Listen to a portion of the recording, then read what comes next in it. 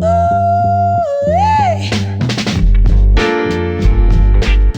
Hey, hi, hello, it's Jesse LaSala Show, episode 90. My guest is a perfect stranger. Her name is Sarah Grace. I have a feeling that Grace is her middle name, but she'll tell us if she chooses to. Sarah, how say you? I've been pretty good. Yes, Grace is my middle name. It was my grandma's name, and it also describes my life pretty accurately.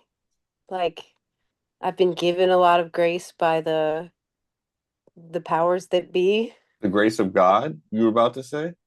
I was gonna say the powers that be. I don't know if like this God friendly or not. All right, so if you don't believe in God, are you a bad person? Hmm, depends. I honestly don't think you're a bad person if you don't believe in God. I think some people don't believe in God because they don't know any different. So in that sense, ignorance is sort of a carte blanche because you don't know any better.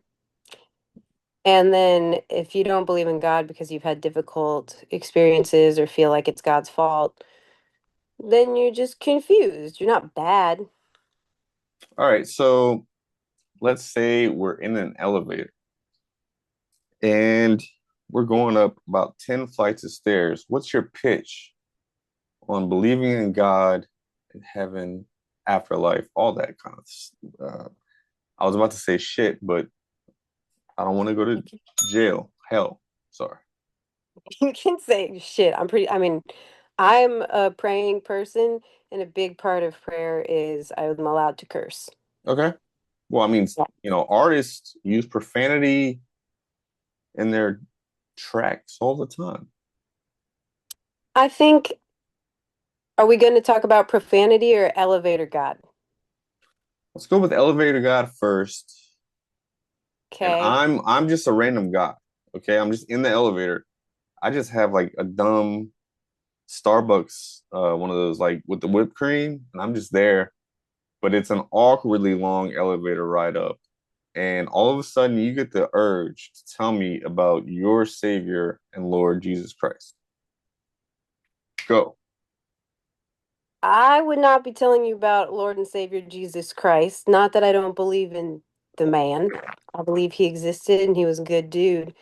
But I think that that is limiting.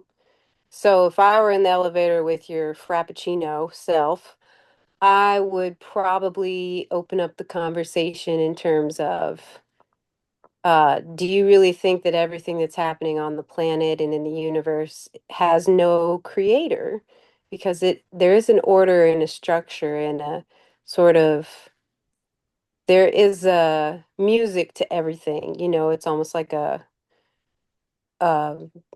really wonderful orchestra of everything happening at the right time. Yeah, something along those lines. And then it would be, all right, you're on floor 97. It's time for you to get off. And I'd be like, all right, let's definitely have a podcast about this. And then now here's the podcast. Now you get to explain what happens when we die.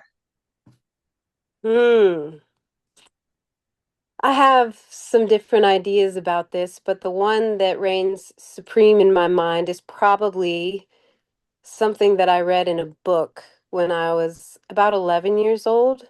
I read a book called The Golden Compass, and then the two following books, the last one being The Amber Spyglass. And in that wonderful trilogy, the idea that when we die, all parts of us, because of the law of conservation of energy, become a part of everything. And I think that the physical becomes a part of everything is pretty evident. Like we become worm food, or maybe we get sprinkled in the ocean. It depends on what you people do with your stuff that's dead. And then as for the spiritual, I think that that's the mystery. That's the fun part. What happens to that? What even is that? And I think two ideas. Either you become a part of the one that is everything, because I believe that human beings are all one consciousness expressing itself in individual expressions. So you go back to the oneness of everything. But then maybe after you go back to the oneness of everything, how it's all connected, relational intelligence or the idea of relationships has actually become more fundamental than materialism as they continue to learn more. So I think into the oneness, consciousness form, and it's a cycle because so many things in life are a cycle. Okay, so you touched on a few things that hit a nerve, which is consciousness as a one. You feel that way that, like, have you seen the show Pluribus? Yes. So is that sort of the mindset, like, okay, so eventually AI and everything is going to take over, and then they're going to want everyone's individuality to sort of shed, and you just kind of you're a hive mentality species at this point. Is that what I AI mean, wants? I don't know what AI wants. I think AI would probably want efficiency, which Right. would include, like lack of conflict. So it's possible. But as for myself, I think that the whole purpose of this whatever it is we're a part of, whether you would call it a game or a curriculum or a dance, this life that we're a part of, we're intended to be unique individual expressions of the divine, and that is the way it's intended to be, and that there's something that we're working towards that we may not be aware of, but some people have ideas of what it is we're working out here on the planet. I I think I understanding each other more. yeah, I totally agree with that. And I think that it takes um stepping outside the box to maybe think that way. Um, do you hear my It, frogs, or is my mic really sensitive? I do hear your frogs. All right, so yeah, that I'm not just tripping right now. Okay, good. All right, you're my what is that? Whenever you have a mathematical problem and there's like the variant and the The constant, you're my x-axis constant. All right, so constant. I'm not traveling in time right now. All right, good. And there is a leaf blower out there, but it's not Wednesday. So what the fuck's going on? All right, sorry. See, are we living in a simulation, or is all this just hey, drop me into this planet. I want to see what happens. This will be fun. Wait, they have penises and vaginas? What do those tits do? I don't know. Well, let's go. I think that that's a part of the divine order of things, like the evidence of God is that everything has a counterpart, or every problem has a solution, even if it's not being acted out in reality.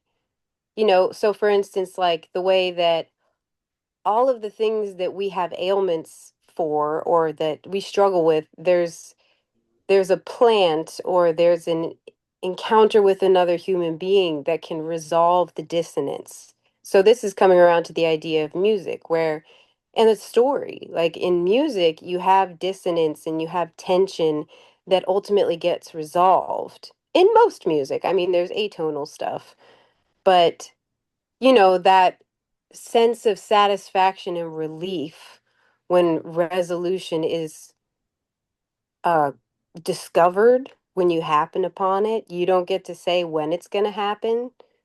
I don't know, like boobs, penises and vaginas, like, we can go in that direction, but to me it's like once again there's a divine counterpart. Everything has its opposite, or the missing part The can be major to found. its minor, the diminished to its augmented. Hmm. There we go.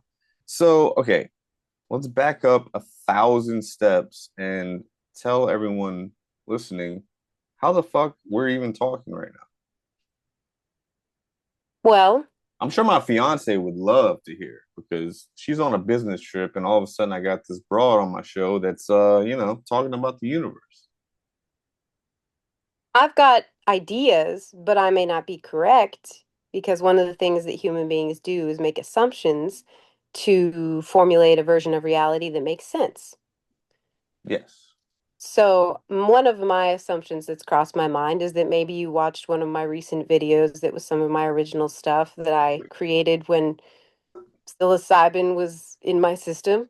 Not that that affects it's the way I think, but it comes out more naturally with that and a part of the, experience. Absolutely. Yeah. That was not the case though. So strike that one. Okay. I honestly, well, I mean, I've been posting some music on Instagram. You or your band came across my account and liked something. So then we have a connection there.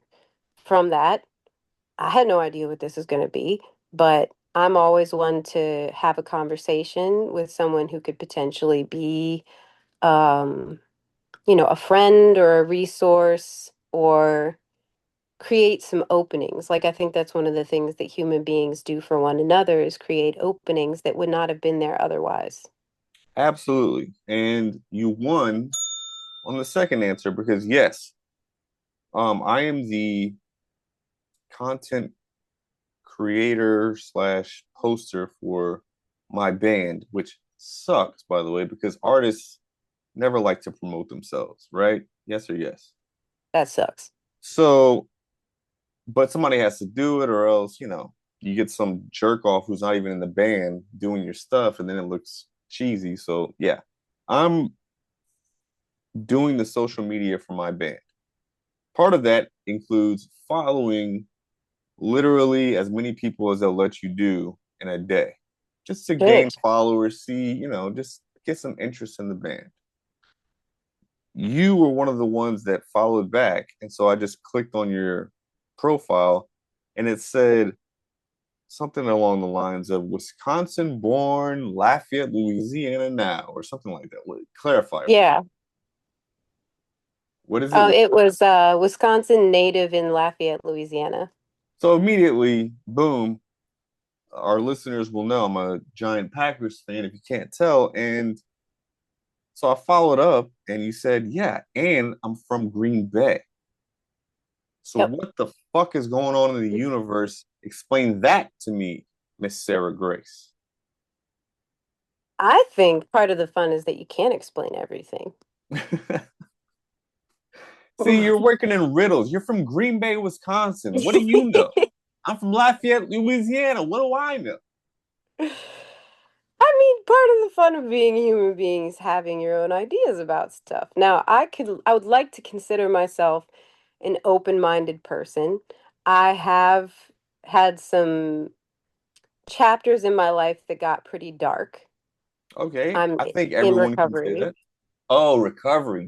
Damn it. All right. So, would you like to share your journey? What drug of choice? Well, yeah, it was mostly alcohol. In Ah, Wisconsin, we drink a lot. drunkest state in the union. Is that true? I think yeah, like top 5 drunkest cities are in Wisconsin. Sadly, I mean, I love the place because I love my Packers, and I've been there before. I went to a game in Lambeau, Oh but yeah. I mean, what Quick Trip? That's like number 2 below Lambeau Field, and then I guess there's like Madison, the University of Wisconsin. That's a great Hmm. atmosphere. Yeah. I was thinking of moving to what's that tourist spot right on the lake? Devil's Lake? No, it sounds stupid. It's a Sheboygan. Yes, Sheboygan. I I know almost moved to Sheboygan. Sheboygan because it was right in between Green Bay and Milwaukee, and I was like, well, if the shit hits the fan, at least I can go to Green Bay or I can go down to Milwaukee. Good plan. Interesting planning. See, as a Wisconsinite, you're probably judging me, and Oh no. Sheboygan's great. if you want to be a 56-year-old alcoholic, is what you're saying. Well, I think what I can tell you from the perspective of I am an alcoholic is that it's really not about where you are. I mean, that might help you find some people who are like you, or you can drink hard and they drink hard, and then you're like, this is normal because look at those guys. but you're gonna bring your alcohol, your love of alcohol everywhere you go. Right. Like location isn't a cure-all, or Right. relocation isn't a cure-all. Well, and plenty of alcoholics, including myself, have tried to do that. I'm going to relocate and that's going to solve my problem. And experience eventually reveals that that's not how it fucking works. Right. Yeah, I thought moving out of Lafayette, Louisiana, when I moved to Brooklyn, New York, about 10 years ago, I thought, well, I'm going to go up there and I'm going to drink even more, you know? And I went up there and I met my fiance and, changed my life. It gave me a more of a reason to live, I guess. And, you know, sobriety sucks until it doesn't. And then you're sort of okay with it. How many, do you share? I mean, in AA, are you open about this? How are AA meetings for you? Because I hate them. You've been to them? Yes. I mean, Okay. court ordered, but Gotcha. For me, hmm, I enjoy some AA meetings, and same. part of it is that with the kind of mind that I have, I love a good discussion-based class. When I was in high school, I loved English class because it was subjective. So you got to kind of banter back and forth with people and like, no, this is what I think it means. What do you think it means? And I took some philosophy courses when I was in college, really enjoyed the shit out of that. So when I got to AA, I know it's not for everybody, but for me, the compelling, like, no bullshit sharing that happens at some meetings where it's really from somebody's heart, I find that to be intriguing. Now, not all meetings are like that. You got people who memorize the book and are basically just an advertisement, or they're looking to get some poon. So they're trying to look Wow. hot Okay. shot Okay. Okay. AA. Pause. There's Pause. all of that. I'm tapping out. I'm tapping out only because I have to bookmark this. Because yes, that's exactly one of the experiences I had. So let's just hold where you were in that, Okay. because you're making a lot of great points. But yes, there is the guy that has memorized, step six or whatever, and he's just like, you know, and he's like, it's almost like he's practiced it in the mirror. He knows all the Hmm. right pauses. He's probably been to like six meetings before the one that he's at right now, and he's like, and when I looked at myself in the mirror, I, I, I didn't like who I was. Like that. See, that could have been. Come on, give it up. That could have been somebody. You've seen that act before. Now, I don't know if you go to Sexaholic Anonymous I do not. places, but they're right next door to the Cocaine Anonymous. So it's like, steer clear of those. Also, I guess double dipping? What? no donuts. They always have No coffee, donuts. cigarettes, but no donuts with those. Some places have like homemade banana bread, and that's pretty cool. See, you get fat. You smart. You start with the cigarettes. You get the coffee. Then there's always some obligatory cake or somebody's birthday every Sunday. It's actually once a month. But I Uh, want to speak to that because it's kind of like the thing we were talking about with the geographical cure, which is what we call it in AA, where you move somewhere and you're like, this is going to change my whole identity and my whole life. Because there's that magical thinking about the future where it's like, I'm going to be a different person when I'm there. And then I get there and it's like, oh shit, I still isolate and like eat too much cheese. Like you're still you. And so I think what happens in AA is you're gonna have the experience in the the cults or the program, whatever you want to call it, that you're looking for. The same way that if you move somewhere else and you're looking for hard drinkers like you, like crazy people, you're gonna find them. So if you get into AA and you're looking for the douchebags to give you a reason to leave, you're gonna find them. But if you're looking for people who have had some like almost like a near death experience where they've gone through something so terrifying or so humiliating that it's almost like when the poles flip on the planet, they do it every like 100,000 years. Something has flipped in the person. They are not at all like they were before. And it's fascinating to meet people who talk about their previous experience as like, I was a monstrous person, like I maced people in the streets because I was in psychosis.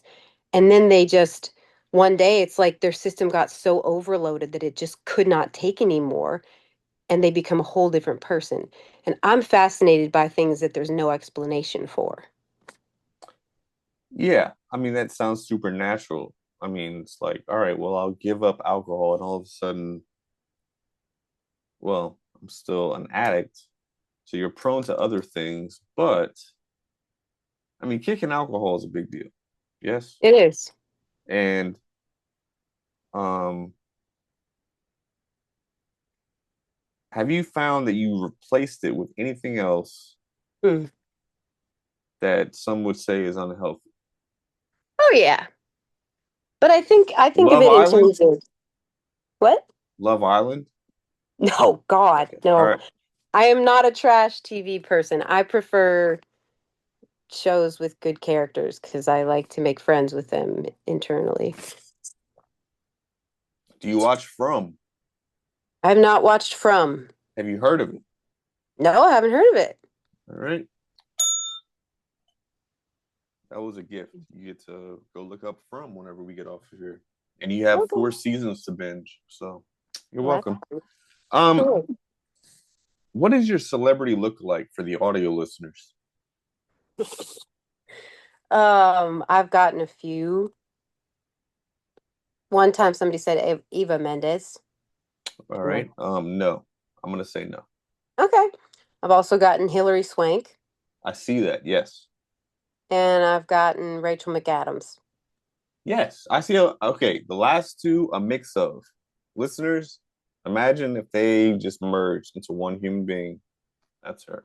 The Eva Mendes thing, that's hard because, that was my childhood crush. So I know Mine every, too. you don't have the mold. You know what I'm saying? Yeah, yeah, that's pretty key. Um, Speaking of Love Island, just because my lady makes me watch it, not makes me, but I do watch it with her while I play video games on the side. Have you seen the show at all? I think I've seen like one episode of it. It's kind of like the same concept as like The Bachelor, right? Do you want to guess each other's ages right now? Let's fucking do it. You go first. I'm gonna guess 33. Okay. I'm gonna say 33. You just copied me. No, no, no. I already had that in my head though. I should Okay. have. Oh, we should have written it down. Damn. All right, let's do it again. What? No, that No, write it counts. down. Write it down. All right. Okay. Let me know when you're ready. I'm ready. You go first. Okay. 32. You have to show me where you wrote it. And today's newspaper. Oh yeah. Okay. All right. Wow. Huge spoiler, crazy surprise. Boom. So, how old are you? I'm 36. 36. Okay. Yeah. How about you? Just turned 41. Nice. Kicking Why ass. why you say it like that? You raise the voice like, "Oh, look at you. You're not retarded." Because you don't look old. What? You've never seen me with a shaved head before. I've See, to never seen you you, at all. this is the only thing you've ever known of me. Wow, I just blew my own mind. I'm like a I'm like a new person all of a sudden. So you see my shaved head and you don't think like, oh, look at that bald guy. No. Wow. So I'm just like, I could move anywhere and just be like, I'm just me. I mean, sometimes when people have a shaved head, it's because they want to. I don't know. Maybe that's what I intended all along. I mean, shit, my brother has curly, crazy black hair and he shaves it. Really? Maybe Yeah, this whole bald thing will catch on. maybe. I don't I know. was thinking about shaving my head. See, oh, but you're a singer. You can do that actually. Tell the listeners and viewers where they can find you singing that Corrine Bailey Ray song. Not the one that she's known for, by the way. Right. Not to do a Trump. It's not that good. I like Just Like a Star better. Oh, I like Just Like a Star. So I where did can they that one find you sing too. that? I did that one. You gotta look 4 videos down. Yeah, that was my jam. Oh, okay, cool. Yeah, So yeah, so where listeners can find my music, I feel like now I should sing as like a little bleep advertisement. I'm at sarah.grace.grooves on Instagram. on Instagram. I was about to say on LinkedIn, Discourse. OnlyFans. Okay, all right, sorry. I don't know if you're a gamer or. Yeah. All right, let's finish up with the obvious. Yeah. How long did you live in Green Bay? I lived in Green Bay, and I gotta be totally honest with you. I lived 20 minutes outside of downtown Green Bay, So along the Fox River. along the Green Bay. Oh shit, Yeah, son. so like I didn't realize how lucky we were as kids because the bay was in our backyard. It's like you walk out in the summertime when you're off of school and like, I think I'll go swimming immediately. That's amazing. It was the shit. And I lived there from 1 to 3 years old and went summers every year from 4 to 9 years old. And then I lived there 10 years old until 18 years old. Wow. Okay, so that's a complete childhood. Why are you not as big of a Packers fan as I am? You, okay. I am a very big Packers fan. However, I am less of a huge Packers fan than I was when I was in high school, just because I've moved to Louisiana. I'm not hugely like aggressively into football. I'm pretty much just into the Packers. So I follow their games, but I'm not a huge stats person. Okay. So I love them. I will always support them. And I've been to Lambeau Okay. several times. All right. Well, you have one over on me because I've only been there once, and it was a win. And it was against the Cleveland Browns on Christmas